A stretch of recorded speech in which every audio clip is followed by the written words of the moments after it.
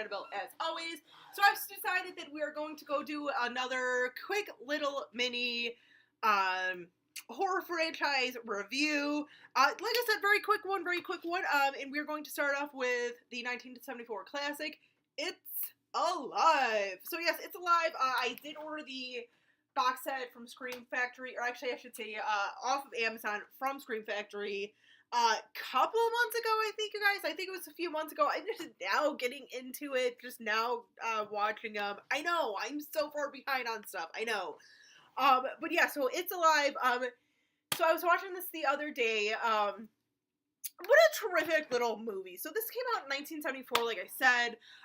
So this is obviously kind of when, you know, horror was really starting to kind of evolve into what we know it as today. So yeah, this is kind of like one of those, you know, post Psycho movies, pre Halloween. So this was coming out at like the same time as like Black Christmas, Texas Chainsaw Massacre. So just little things like that. So it was kind of like, you know, some of those little different things that were coming out, really kind of just being their own little thing, wasn't really trying to follow much of whatever else was really trendy at the time.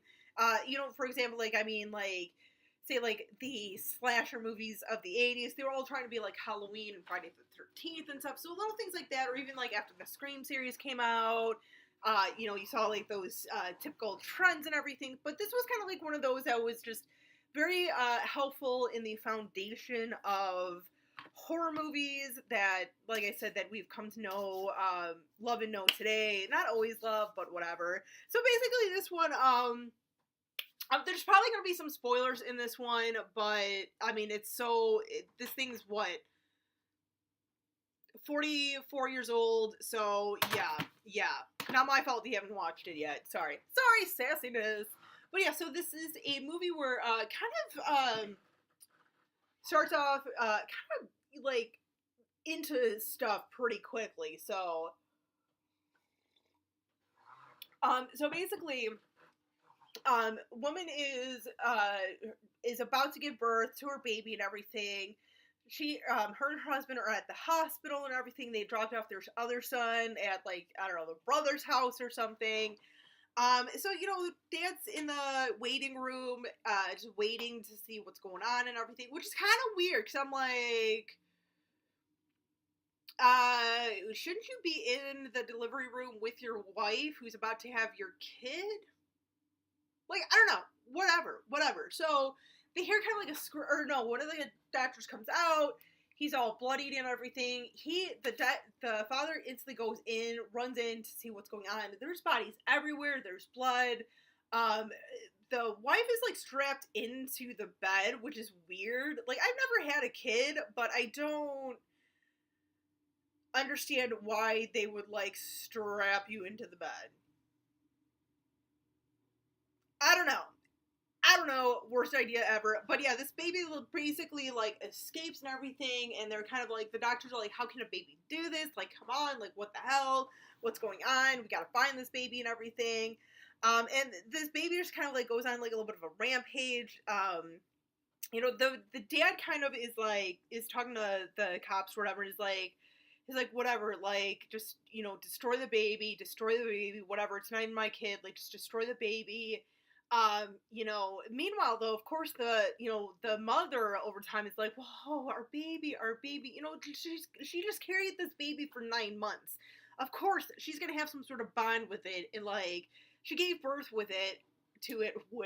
gave birth to it, you know, she's gonna have that motherly instinct of wanting to, you know, take care of her kid, no matter what, which is interesting, because, like, the baby actually does kind of, like, make its way to the home where the family lives and everything, and little does the husband realize that, you know, like, she's hiding this little evil murderous baby, you know, and she's, like, totally is lost, and she's got some postpartum depression, obviously, and it probably doesn't help to know that your infant baby is this, like, serial killer, like, you know, but yeah, she's just acting, like, batshit crazy for a moment there at the end, just...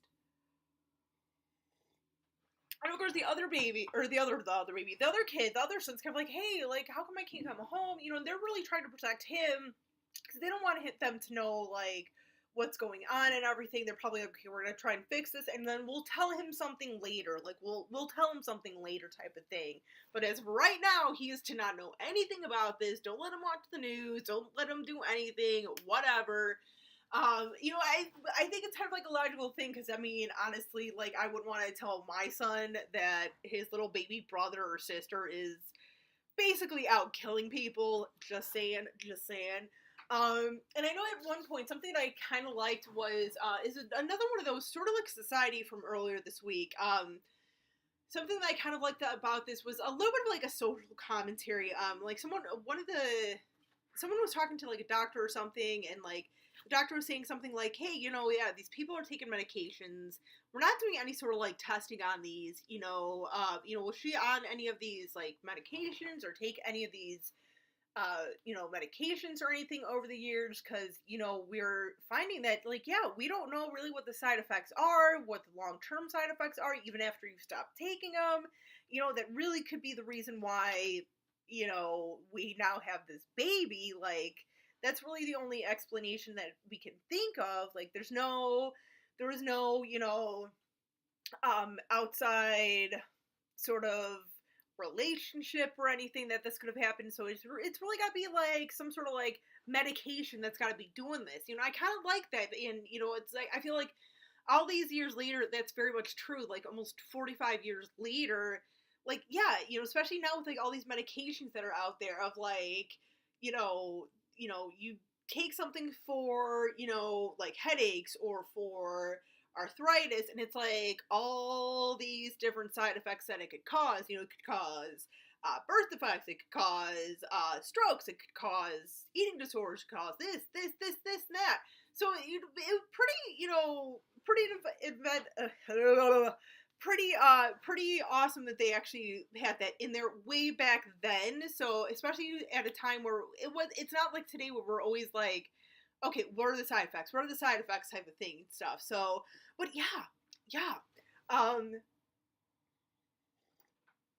And interesting with the dad because, like I said, like throughout the most of the movie, he's telling cops like, no, just get this baby and just kill it. I don't even care. Like that's not my kid. That's not my kid. For a moment towards the end when he's helping them try and find this baby, after it escapes the house, you know, he goes through a little bit of a moment of like, oh my god, that's my baby, like that's my son. Like he has that like parents child connection for a minute and is trying to like escape with his son and trying to like protect him, of course to no avail or anything, and they kind of like realize like, okay, this is probably for the better and everything. But you know, the cop, they're sitting in the back of the seat of the cop car.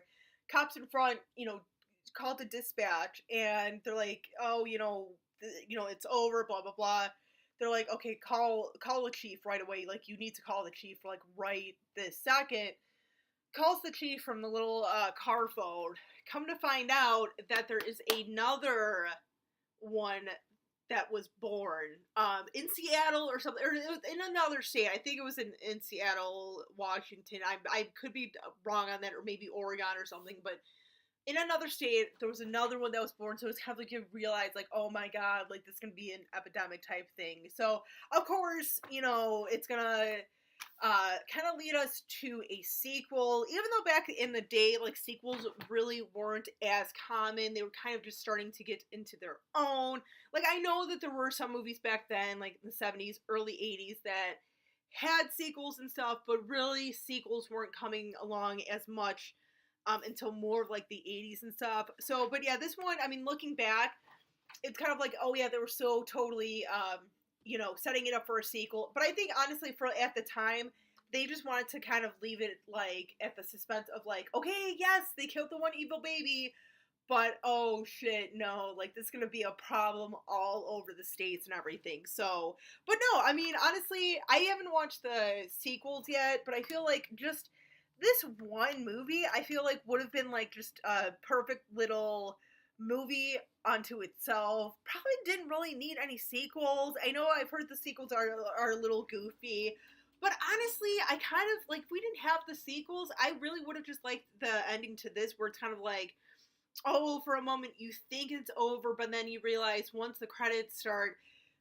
these babies are going to keep popping up everywhere. So I would have liked that. I would have liked to just have the one, but who knows? We'll see with the sequels how I feel about that. But anyway, you guys, till next time, let me know what you guys think in the comments, obviously, about this movie. Till next time, as always, stay creepy, classy, and a little bit sassy.